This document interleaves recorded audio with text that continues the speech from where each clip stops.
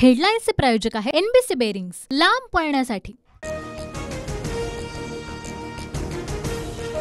विधान परिषदेच्या जागांबाबत बसून निर्णय घ्यायला हवा। उद्धव ठाकरेंशी संपर्क साधण्याचा प्रयत्न, मात्र संपर्क झाला नाही। काँग्रेस नेते नाना पटोलेंचं वक्तव्य।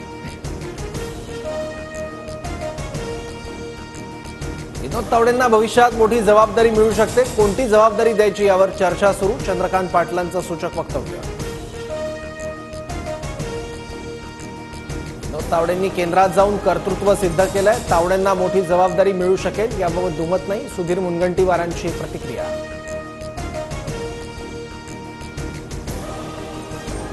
विनोद तावडेंना मोठी जबाबदारी राज्यात मिळणार की देशात? चंद्रकांत पाटलांच्या वक्तव्यानं राजकीय वर्तुळात चर्चांना उधाण।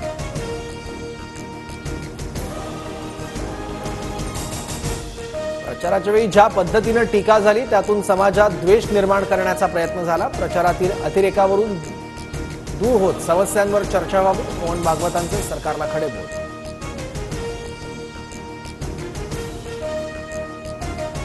मोहन भागवतांनी सरकार खाली खेचावं, त्यांच्यात तेवढी ताकद। भागवतांनी सरकारला खडेबोल सुनावल्यानंतर संजय राऊतांचं वक्तव्य।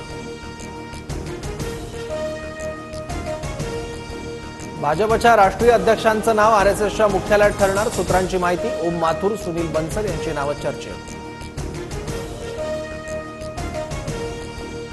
आरएसएस कधीच भाजपचा अध्यक्ष ठरवत नाही, सुधीर मुनगंटीवार यांचं विधान।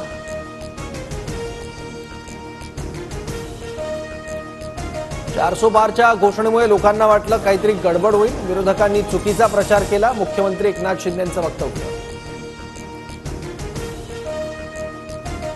राज्य मंत्रिमंडळ विस्तारात आम्हालाही स्थान द्या, आयराम गैरामांचे लाड किती पुरावे याला निर्बंध गरजेचे। सदाभाऊ खोत यांचा भाजपला सल्ला।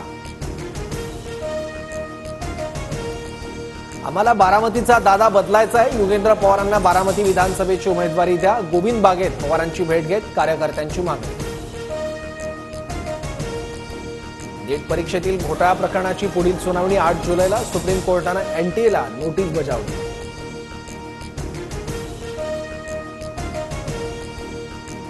मुंबईसह ठाण्यात मुसळधार पावसाला सुरुवात, मुंबई उपनगरातील अनेक भागांमध्ये पाणी साचलं।